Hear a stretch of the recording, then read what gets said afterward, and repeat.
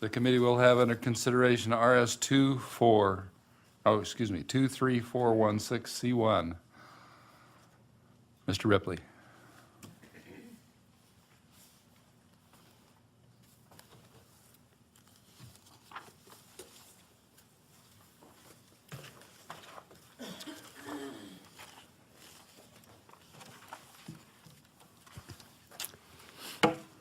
Mr. Chairman, members of the committee, I want to thank you for your time and consideration of this legislation. This bill is the product of hard work for over a year. We are partnered with Right to Life in asking for your support in placing these important protections for women into Idaho law. I also want to particularly acknowledge the many hours and commitment by Senator Cheryl Nuxel in getting us all to this moment. Mr. Chairman, this is a rather modest piece of legislation. It does not stop any abortion from taking place or challenge the Supreme Court's edict in Roe. What it does do is create some common sense protections for women and girls considering a chemical abortion. When the FDA approved the use of RU46, it put limits on its use to protect the health and lives of women taking the drug. The FDA requires that the drug be used only in the first 49 days of pregnancy. It requires that a doctor confirm that a woman does not have an ectopic pregnancy. And it requires a follow-up visit to ensure that the baby's remains have been completely removed from the uterus. Over the 12 years or so that chemical abortions have been legal in the United States, there have been maternal deaths attributed to RU46 and serious complications in thousands of cases: infection, hemorrhaging, incomplete abortion. If you agree to consider this legislation, you will hear testimony about the dangers of misusing RU46 and what other states are doing to protect women. Over the past decade or so, there's been a movement in the abortion industry to push the expanded use of RU46, despite clear evidence that chemical abortions are more dangerous for women and girls than surgical abortion. Idaho law around abortion has been drafted with a bias toward addressing surgical abortion procedures in the state, and not enough attention has been paid to the use of abortion-causing drugs. That's a real problem, as the number of chemical abortions in Idaho has increased dramatically over the past several years. In the 3 years, 2002 to 2004, there were just 15 chemical abortions performed in Idaho. That number jumped to 117 in 2005. In 2012, the Department of Health and Welfare reports that 559 women have undergone chemical abortions. Since 2005, the number of abortions performed via RU46 has increased some 477%. As of 2012, 38% of all abortions performed in Idaho are being done with drugs, well above the national average, and we expect that number to climb in the years ahead. If we may refer to the legislation, Mr. Chairman, we are asking the legislature to require several specific things of the abortion industry. Section 1 of the bill includes definitions. Section 2 requires that a physician physically examine the woman or girl to determine how far along she is, so that it can be determined whether or not RU46 is appropriate and safe in her specific case. The doctor must confirm that the baby is in the uterus and not in the fallopian tube, which is a life and death matter for the woman or girl involved. The doctor must talk with the girl or woman about her options and the risks associated with undergoing an abortion.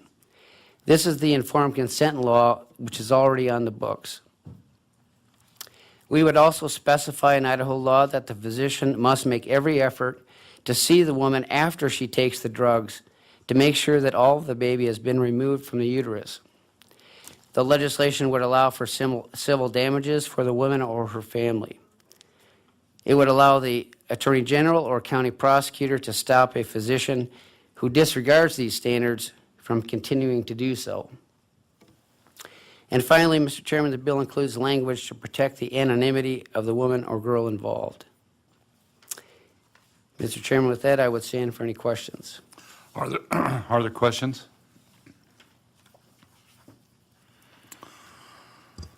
Representative Wintrow.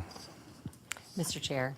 Sir, you noted that the FDA, you are basically going along with, the FDA says there's a certain way the drug should be used and that you'd like to follow that.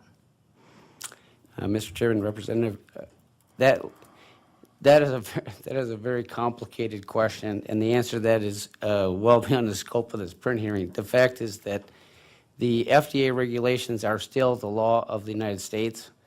There is ongoing litigation in the Ninth Circuit. Many states have moved to specifically require that the FDA protocol be used by physicians when using RU46.